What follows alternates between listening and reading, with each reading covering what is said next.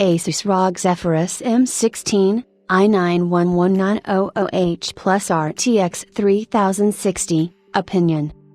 As the first Tiger Lake H notebook to enter offices, the ASUS ROG Zephyrus M16 is an impressive example. ASUS managed to wedge a notebook with a 16 inches, 1610 display into the exact same footprint, and overall design, it seems, as the ROG Zephyrus G15 that we reviewed recently, along with plenty of additional hardware pop. The notebook's chassis is a blend of svelte dark polycarbonate and just the right amount of bling on the lid. There aren't a ton of brightly lit LEDs aside from those in the keyboard, and the colorful film under the lid allows for some fun eye-catching light, much like the G15 before it. We really dig the 1610 display. While it's not the ideal gaming aspect ratio, as most titles these days are designed for the slightly wider 16:9, letterboxing works just fine and the extra vertical space is great for productivity. The M16's display can show more lines in a text editor or more of a web page than a similarly sized 16:9 display, and those who have mixed workloads will no doubt appreciate the extra space. A full 100% of the DCI-P3 color gamut, 165Hz refresh rate, and factory color calibration give this notebook an excellent display for all kinds of tasks. The ROG Zephyrus M16 delivered some of the very best performance we've ever seen from a mobile CPU. In productivity tasks, the M16 time and time again proved its multi-threaded and single-threaded prowess, neatly beating AMD's Ryzen 5000 notebook CPUs at nearly every turn. After more than a year of AMD's mobile Zen 2 and Zen 3 CPUs taking win after win, Intel needed this. Angle 3 ASUS ROG Zephyrus M16. Unfortunately, we can't really say the same about the GPU.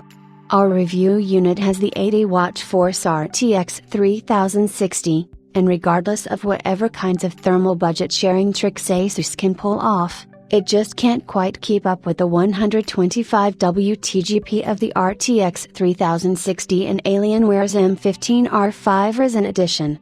Some of that is due to the ASUS machine's smaller footprint. Alienware's notebook is wider, deeper, thicker, and heavier than the ASUS, so it has room for a bigger thermal budget.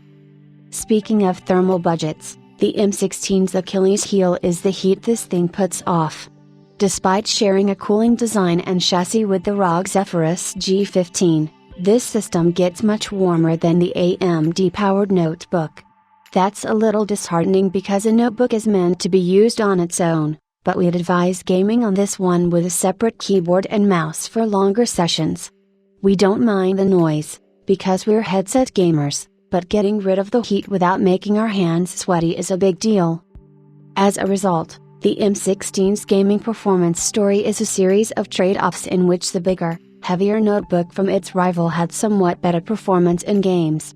Buyers have to ask themselves if more gaming performance or lighter weight are more important. The performance gap was never more than 10% or so, and as a result, the ROG Zephyrus M16 never felt slow. Most of our game tests pushed well north of 80 frames per second, so perhaps we're making too big of a deal. All that's left to discuss is pricing. As configured with the Core i9-11900H, 16GB of RAM, a 1TB SSD, and the GeForce RTX 3060 retails for $2,199 on Amazon. It's hard to directly compare this to the other GeForce RTX 3060 notebook we've tested, like the aforementioned Alienware M15R5. Alienware doesn't make the higher resolution 2560 by 1440 display available to either the M15R4 or R5 Ryzen edition, so the Alienware's slightly lower price brings with it some lesser specs. The somewhat more perplexing issue is that there are plenty of notebooks, including the ROG Zephyrus G15 from ASUS itself, that bring much more graphics performance at the same price point. The 1610 Pantone validated display no doubt commands a premium. Overall, we really liked our time with the ASUS ROG Zephyrus M16. It has a great combination of display, internals, performance, battery life, and aesthetic appeal that we think will be popular. It's not the absolutely fastest model and gaming performance at its price point, but it's light and portable enough that some users may opt for it over slightly faster gaming models. The Tiger Lake H CPU is, on the other hand, screaming fast, and users that need productivity performance will want to jump on this one. The biggest issue is surface temperature, something buyers should keep in mind when shopping.